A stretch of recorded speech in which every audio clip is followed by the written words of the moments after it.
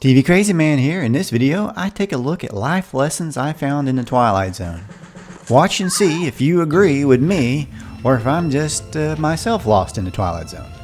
And it's at this point that you find yourself right into the capital of the Twilight Zone. In the 1961 episode, It's a Good Life, 6-year-old Anthony Fremont is a mutant of sorts that has wished away most of the world. Given morning not too long ago, the rest of the world disappeared. Only the residents of Peaksville, Ohio remain as long as they continually praise Anthony and only think good thoughts. Mighty good. It's real good. Oh, it was wonderful, Anthony. Isn't it a real good thing that he done that, honey? Isn't it a real good thing? Here's what I take away from that episode. Don't overdo positive reinforcement, or you may turn your kid into a monster. You're a bad man. You're a very bad man. You know, there's a difference between giving a kid confidence and letting them think that they can do absolutely no wrong. Why, everybody loves you, Anthony. They love you, son. You're everybody's favorite. Give him extraordinary mental powers, and you may be in trouble. Anthony isn't really all-powerful. He can't bring anything back once it's gone. You know, once I send something away, I can't bring it back. Basically, he only has the power to destroy. But his daughter, in the year 2003, in the sequel, Still a Good Life, has his powers and the power to bring back the people and things that Anthony has wished away, which she does. Airplane. I brought it all back so you won't be lonely anymore. The 2003 Twilight Zone sequel, Still a Good Life, shows us the pair walking off to explore the world once banished from existence. We may never know what happened next. It's been said power corrupts and absolute power corrupts absolutely. Any person or government entity that attempts to govern the very thoughts of other human beings is by definition a monster. Which reminds me of another classic episode from the Twilight Zone, The Obsolete Man. The field investigators in your sector have classified you as obsolete. You know, the episode The Obsolete Man would never get made today, as it would probably offend those who lean towards socialism or communism.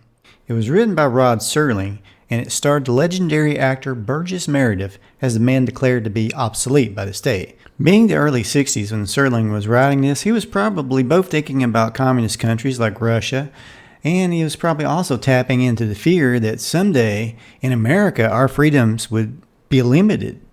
But the state could be any entity that tries to take away common freedoms that we take for granted, especially in the realm of belief or that pertain to freedom of thought, as in freedom of religion. Since the state has proven that there is no God. There is a God. The state has proven that there is no God. You cannot erase God with an edict. You know, I've been watching TV now for several decades, and my memory maybe isn't always perfect. But you know, I can't remember any other episode of any other TV series that quoted so many scriptures in one single episode. Seems obvious to me that Serling was really trying to make a point. The Lord looked down from heaven upon the children of men to see if there were any that did understand. You know, there seems to be a little bit of a similarity between the obsolete culture and the cancel culture.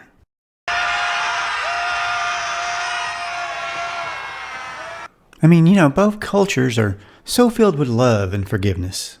When you think about it, the state is much like Anthony Fremont from It's a Good Life. They both try to control the thoughts of others.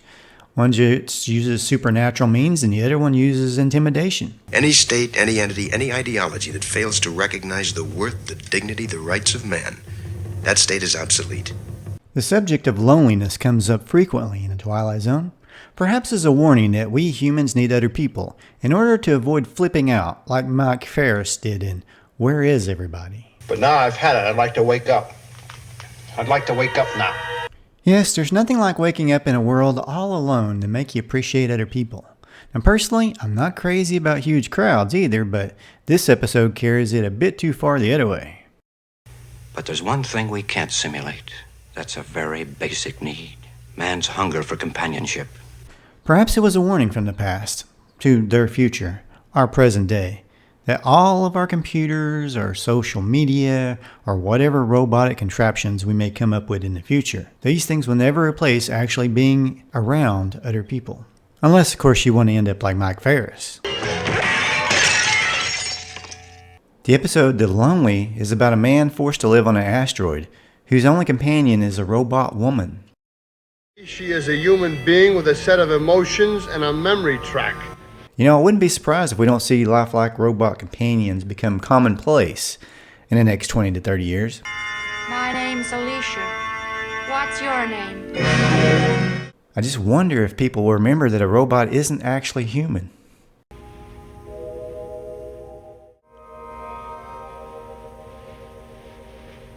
The episode takes time to sell you on the robot's synthetic humanity, and then grimly reminds you at the end, she was only a robot. Or was she? And that's all you are. A reminder to me that I'm so lonely I'm about to lose my mind. In the episode Perchance to Dream, a man fears that a reoccurring nightmare will cause his heart to fail. He eventually jumps out of a window. Well, at least a stuntman does. So the lesson here, I think, is to stay away from windows. Also, don't be conquered by your fears, because your fear may be more deadly than the thing that you fear. Or, to put it another way, that the only thing we have to fear is fear itself. I'm not sure, but I think the episode The Hitch-Hiker completely undid that sentiment. In it, a young woman drives across the country and becomes increasingly frightened by a spooky man that just keeps popping up. Death of her daughter? What do you mean the death of her daughter? Nan was killed just 6 days ago in an automobile accident. She was driving to California. She didn't make it. A tire blew out and her car turned over. The lesson? Maybe it's absolutely never go anywhere by yourself. Also, maybe I should never leave the house either. I'm just not sure. On a side note, you know, out of curiosity, I do wonder where the dashboard is here. And strangely enough, doesn't it seem like the steering wheel is lowered? In walking distance, Martin Sloan finds himself in the past at his old hometown of Homewood. Homewood is everything one loves about old towns from years gone by. In fact, I'd say it's a little like Mayberry. So wasn't it coincidental that Martin runs into Opie Taylor? Well, Ron Howard playing a local. I used to play hide and seek over there. Martin finds himself not wanting to leave, but his father convinces him that he should leave this particular summer alone for his younger self and go on with his life. I guess because we only get one chance. Maybe there's only one summer to every customer. This is his summer, just as it was yours once. Don't make him share it. The episode was very personal for Serling, as he himself was often nostalgic for his younger days in Birmingham, New York, where he would go on occasion back to visit and see his old house.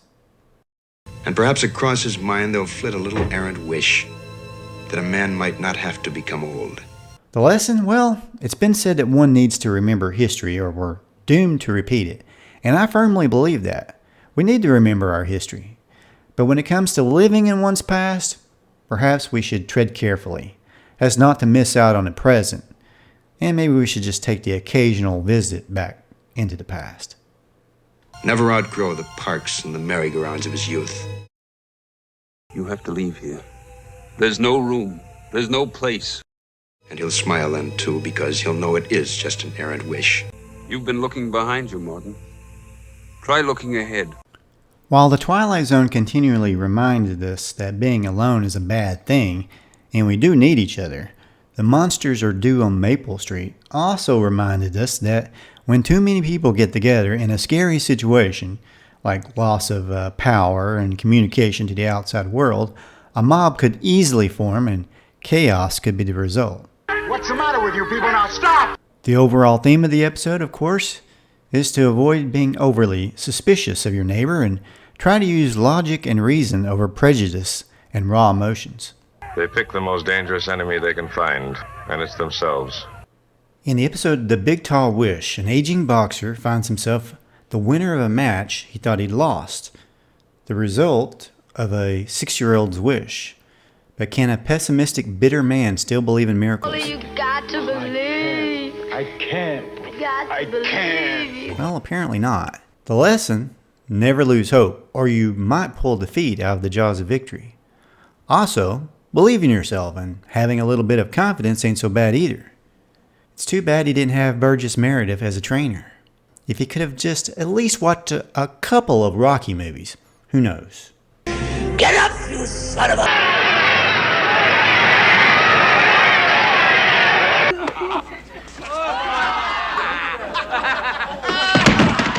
Please subscribe if you haven't already and hit the bell so you don't miss any new videos. Also, let me know what you thought about the video in the comments below. What did you think worked and what would you like to see next time? Oh, and please hit the like. Thank you so much for watching and have a great day. That's all the television there is. Oh, it was wonderful, Anthony.